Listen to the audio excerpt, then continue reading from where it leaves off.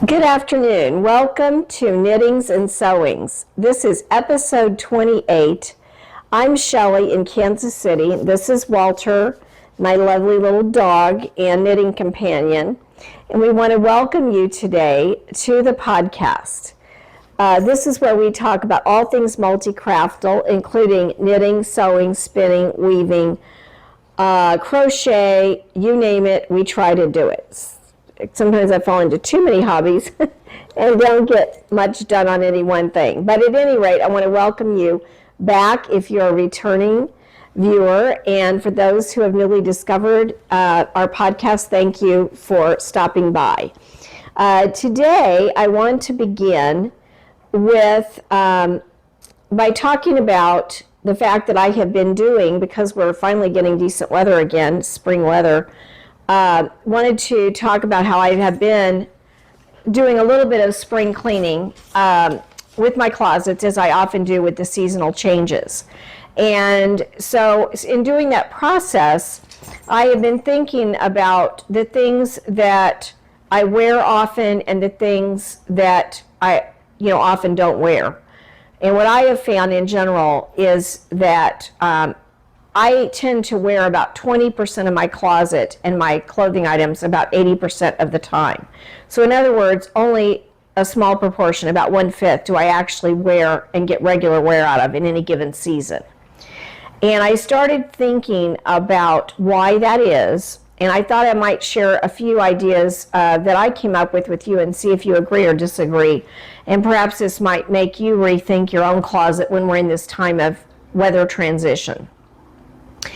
Each season, because I have a very small closet in my bedroom, I change out the closet. And I do have, luckily, an extra bedroom closet that I can put the out-of-season items into and just focus on the half closet in our bedroom that we share. And it's a very small 1970s closet. So each year I do this, or each season, and then I pack away some items into boxes as well. But at any rate, I got to thinking about this, and as many of you know who listen to this podcast regularly, you know that I will often say, love what you're making and wear what you make. And so in doing that, I got to thinking about what determines what do I really love? What do I wear regularly? And what I figured out is that, first of all, there are 4 key items that I think make an item a staple in my wardrobe and something that I will actually wear. And these 4 things are, number 1, fit. A garment has to fit. We're talking about wearable garments now, not just in general projects, but wearable garments. First thing is fit. Second thing is comfort. Third is style. And fourth is color. And I believe these items are really crucial. And if you think about it, I want to repeat it one more time. For me, the order would be fit, comfort, style, and color. They're all 4 very important to me. And if you can think of any other things that are important, list it down in the comments. Feel free to mention what you find are most important in your wearing an item regularly. So over time, we do have changes that occur in our bodies and in our coloring and everything else. So that's what I want you to think about as you take a fresh look at your wardrobe this spring. Those 4 elements, how important are they to you and in what order of priority? And I think if you look at your closet, you may find that there is some correlation between these things. And so also when you look for a new pattern to make, as you're getting ready to make, whether it's in sewing or in knitting or whatever craft, crochet or whatever, ask yourself, does it work well with those 4 critical elements? And I think you'll make better pattern selections and perhaps project choices if you take those things into consideration. Now I want to talk about what I'm wearing. Speaking of what I just spoke about, this is called Sweet Little Nothing by Kay Meadors. And it's actually a pattern that I made in 2010. So this project. And I don't know if you can see it. I'm going to put pictures up of me wearing it. It's a shrug. And it has, in consideration of the style I like to wear, which is the artsy. My friend Carolyn calls it artsy fartsy. In consideration of my personal style, I decided to modify it a little bit by adding these little braids with beads on them. So hanging down from the shrug are little hand spun, and this whole project, by the way, is hand spun. I'm going to put up a picture of the fiber that I spun in 2010. I used 8 ounces of a braid that had blues, lots of blues, and it had some fuchsia pinks in it, and it also had a little bit of an orangey gold color. And so the buttons reflect kind of the orangey gold that is throughout the fabric. But the primary colors in this are the blue and the fuchsia. And so I made this many, many years ago. I used 8 ounces of fiber and managed to get like 450 yards of of yarn. And so I was searching for a pattern on Ravelry that would accommodate that short yardage. And so I made the Sweet Little Nothing by Kay Meadors, M-E-A-D-O-R. And in revisiting this pattern, I was thinking, I wear this every spring and summer, particularly when we start having spring weather like right now. I'm drawn into wearing this particular shrug. It's easier to knit than a whole sweater, which takes a lot more time, and it takes both less yarn and less time in making a shrug. And I always get in the mood to wear a shrug at this time of year because it really keeps your upper arms a little bit warm. They're great to wear with a dress. So if you are wearing a dress, a summer dress, this is nice to cover up on the top. I wear it a lot, as you see now, with the t-shirt, and as I start wearing my capri pants or jeans in the summer, this just naturally goes along well with that as well. But I encourage you to take a look at this pattern. It's a free pattern. I did check into it to see if it was still available on Ravelry, and she actually has removed it from Ravelry. But when I contacted her about it, she said, well, you can get the pattern still, but she moved it over to Lovecraft, which is a place you can buy yarn, by the way. I like to buy yarn at Lovecraft. It's an online store. And so you can download the pattern for free over there. Now, I will say it has sizes are from a very small, like for a child, I would say, 28-inch around is the smallest, extra small. And the finished size is 30 inches, and it goes up to a size 42. Now, I am a size 42, and I can tell you that I feel it fits me. I made this 14 years ago, so I was a little bit smaller then, but I still think it would fit if you went to a larger gauge. If you wanted to make it larger, you could use larger needles and larger gauge. So it doesn't have an extremely large measurement selection, but you can probably adjust it if you're good at that kind of thing with adding a bigger yarn and bigger needles if you wanted to make it larger than a 42. And it does have a lot of ease in it. So I think that, like I made this in a size medium, which is a 38 at the time when I made it. And it still easily accommodates my size now, which is a 42 chest. So anyway, take a look at this pattern. I think it's a great, easy little pattern. And if you have some, some hand-spun yarn, it's especially nice to use your hand-spun. And so the only thing that Kay asked me to tell you is that people have told her that they wish they had gone down a needle size. The needle size, and of course you have to do a little gauge swatch, it's worsted weight. She suggests worsted weight cotton yarn. She has had people have success with brown sheep cotton, Lion Brand cottonese, or any worsted weight cotton blend yarn. Mine is wool. Mine is wool, but it still works very well for me.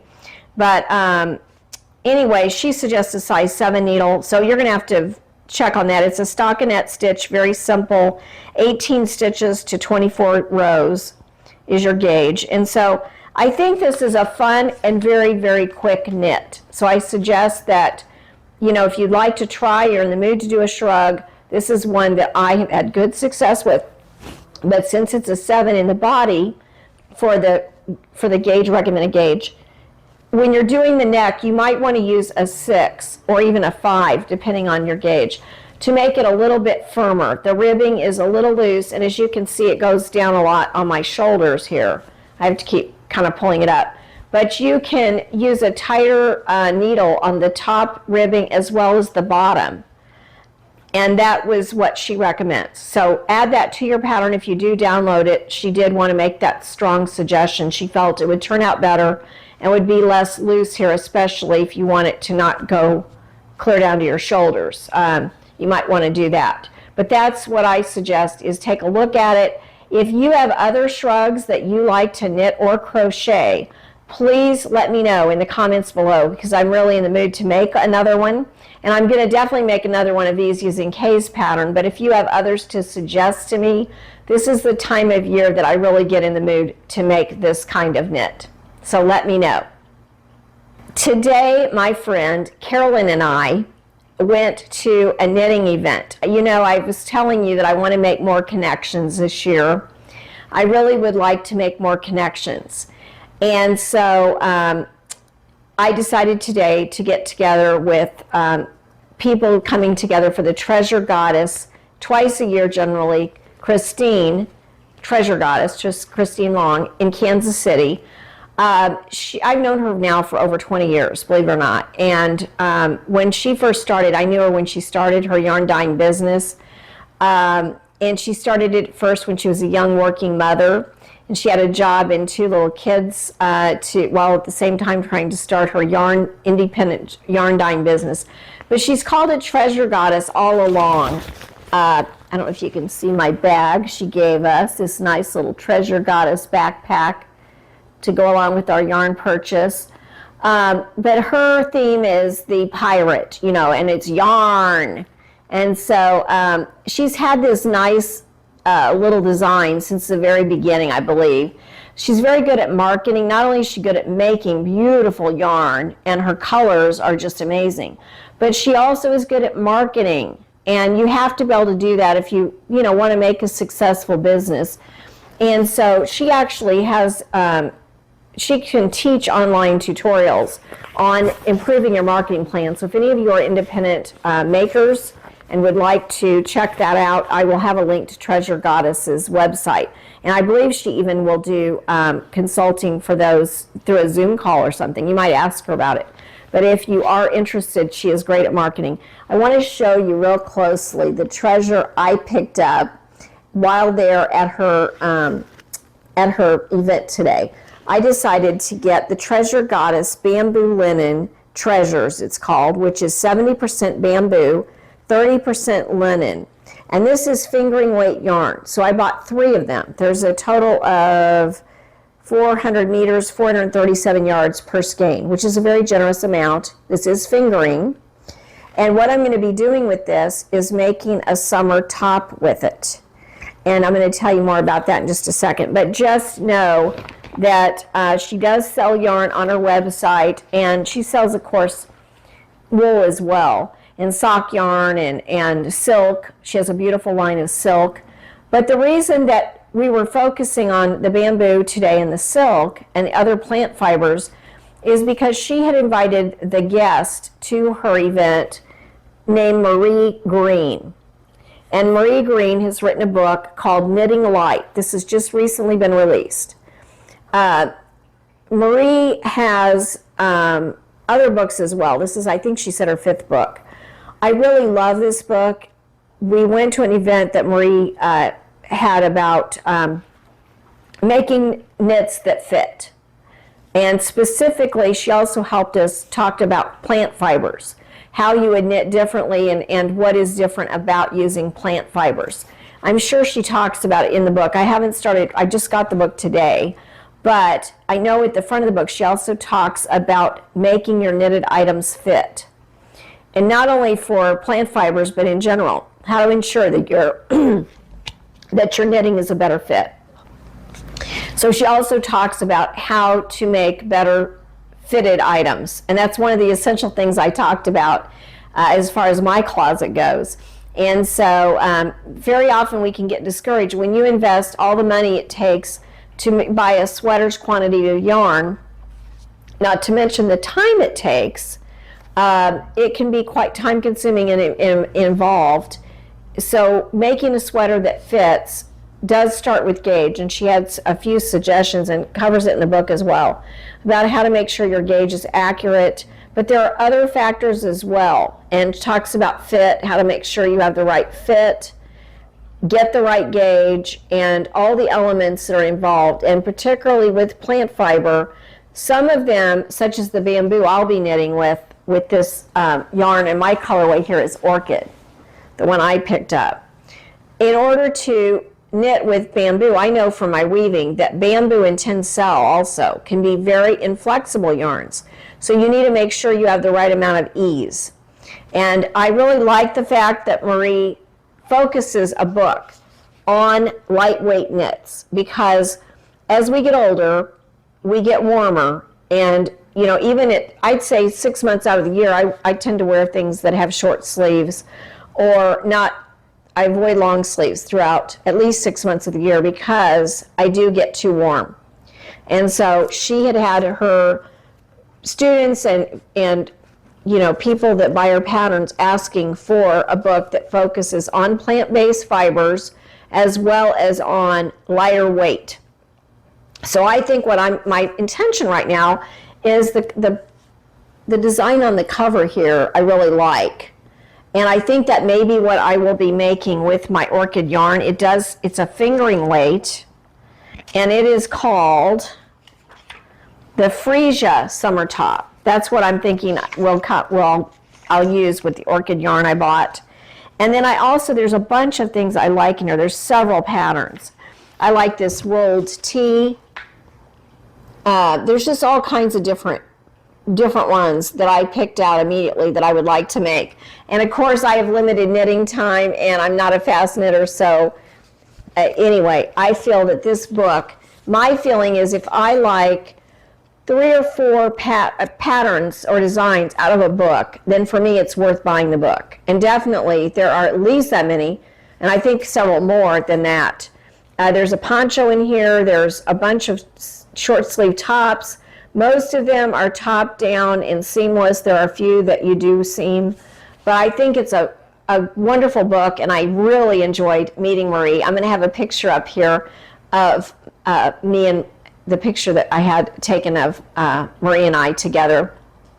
And I was also with my friend Carolyn. So I'll put a picture up, and I would highly recommend this book if you are looking for some lighter choices this summer.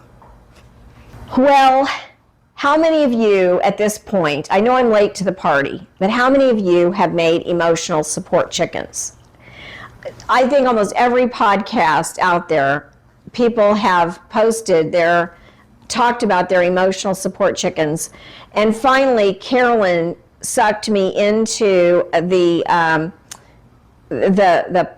thing that people are doing, the obsession with these chickens. She, I think, has made a very large one named Henrietta that's beautiful. I love hers. She's going to use one of hers for a sofa cushion, and she's making a second one to match it. Hers is even larger than mine. I'd have to measure mine in inches, but mine's fairly large. And I call mine Elizabeth Tay-feathers because I always admired Elizabeth Taylor when I was growing up. My grandmother used to say Elizabeth Taylor was the most beautiful woman on earth, the most beautiful actress, certainly. And so, I don't know if any of you know Elizabeth Taylor. I'll put a picture up here of her if I can find one. But she was a very beautiful, dark-haired woman, and she had the most unusual violet eyes. They truly were violet. They were a purple blue. They were just stunning. And so I used my own, this is hand spun yarn that I did many years ago on the tail and on the belly. You do have an underbelly on these. And then I used some various yarns, from my stash, the purple sparkly, and then I used some big twist variegated yarn that I found for the main body. And so anyway, and then Carolyn found me some actually violet eyes for the eyes. I could have had lashes as well, but I forgot to put those on. But I call this one Elizabeth Tay-feathers, and she's really comfy, fun to smush, I think she's going to be fun. I'm glad I made her. I don't know that I would be making tons of these myself. I enjoyed the make, but you know, I know some people are making several of them. And because I'm so eager to get into my sweater knitting for spring and summer, I probably will be hopefully putting this aside for a while. I might be making more of these for gifts later if people see it and like it. One thing that the maker suggested, the original pattern designer, she suggested that you could also, I stuffed mine with just stuffing that I got at Joann, but you can put some weighted like little pebbles in here or sand if you want to put something like that in here. People have used them for door stops, that if you want a more solid sitting chicken, you could do that. And I might make one of these in the future as a door stop. I think it would be really cute. But for right now, I love my Elizabeth tail feathers. And let me know in the comments if you have made one of these yourself.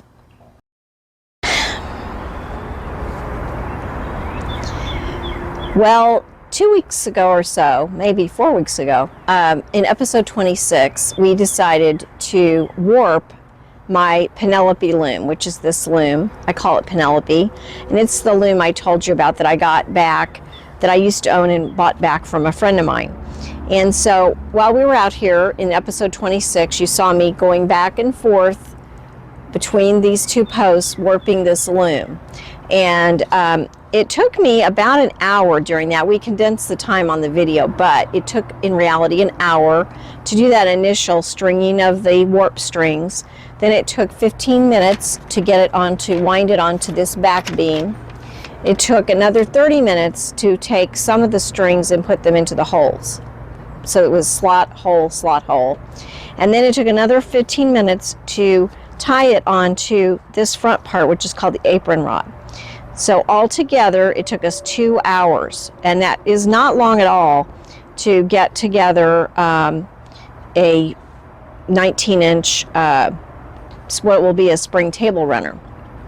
So that's really a very fast warp, and you can do it outside, which is phenomenal in the good weather.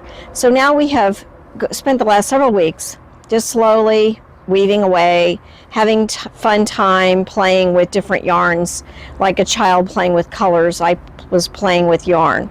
And so now we finished it, and it's had hem stitching here to make sure it doesn't unravel. And now we're getting ready to finally cut it. And I wanted you all to see us going through this process and to look at the fabric we made. So here we go. We just cut it across. These are going to become the fringe. I am going to have fringe on this. And it doesn't have to be exact. But there we go. And so now we're going to unfurl this from, I think I have roughly, so you'll get to see it as I go here. The front side is this side.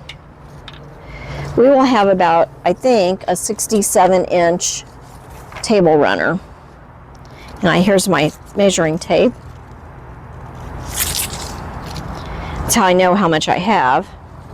I even put a little bit of beads in here. I really played around with the whole thing. And you can see I'm trying to get a spring-like effect. And so there we are. And then up front here, I'm also going to cut the fringe, but I'm going to do it a little bit more carefully off camera because I want to be sure I have enough length of fringe like we did on the other side. So I'm going to have to untie these. But this is basically the fabric that we created. And as you can see, I think it did a good job of creating a spring-like effect. It'll be really fun and whimsical on our dining room table. I will need, the next step would be to wash this. After I do the fringe, I'm going to tie the fringe, twist the fringe, and then I'm going to wash this, which is called blocking, and then let it dry, and then it will be done. So there we have it, a spring table runner, and it's been a lot of fun getting back to this loom. Okay, so another thing I did in this episode, during this episode period, was I did finish up the DB socks that I told you about the toe-up socks. And I'm going to have a link. I've already talked about these when I first started them at the beginning of the episode. And then I finished them, and I did this in total of about 6 weeks, or 5 weeks, I think it was, which is very, very fast for me.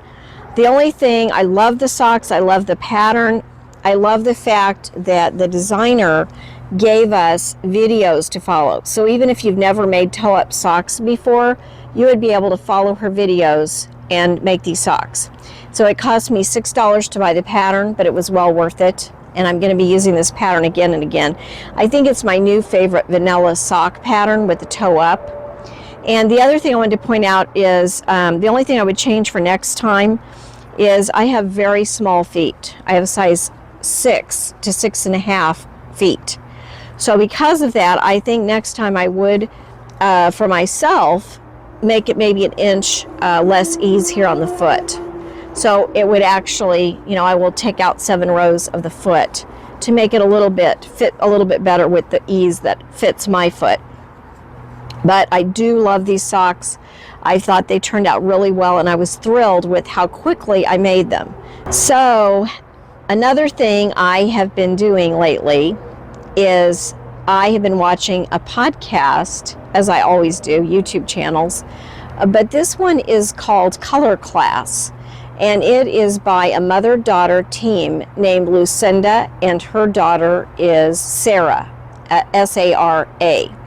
And they talk all about not only figuring out what season you are, in case any of you are interested in that old Color Me Beautiful system of the spring, summer, fall, and winter, autumn and winter, but they also go into even more details about different color systems, and they go into the 12 different branches of that 4-season tree.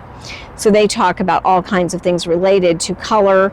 And I think any one of us who are interested in making our own garments particularly would benefit by watching their show, because it really gives you ideas of what colors, whether you're making it for yourself or someone else, what might be good colors to make particularly garments.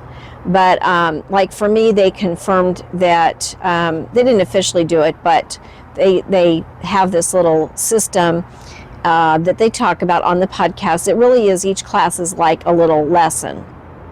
And then I did happen to be talking with Lucinda via email, and she did say, she kind of confirmed my guess that I am a summer.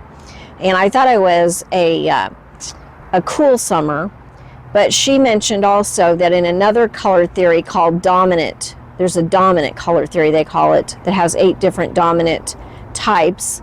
And in that, she says, I am a soft. So it's very important for me to have soft, muted shades. Now here I am wearing my bright fuchsia, one of my favorite colors. I was still thinking, you know, maybe I might be a winter, because I really enjoy wearing these bright fuchsias, and purples are my favorite colors. But, you know, I think as my hair is graying, you know, it would be good for me to look at maybe some more muted colors as well. So I just use the color system as a way to kind of fine-tune my knowledge of color, and particularly when we are working with garments. Since they take so long to make, you want them to be a nice color and look good on you. So I found Lucinda and Sara's podcast really, really informative, and I will have a link to it there at the bottom.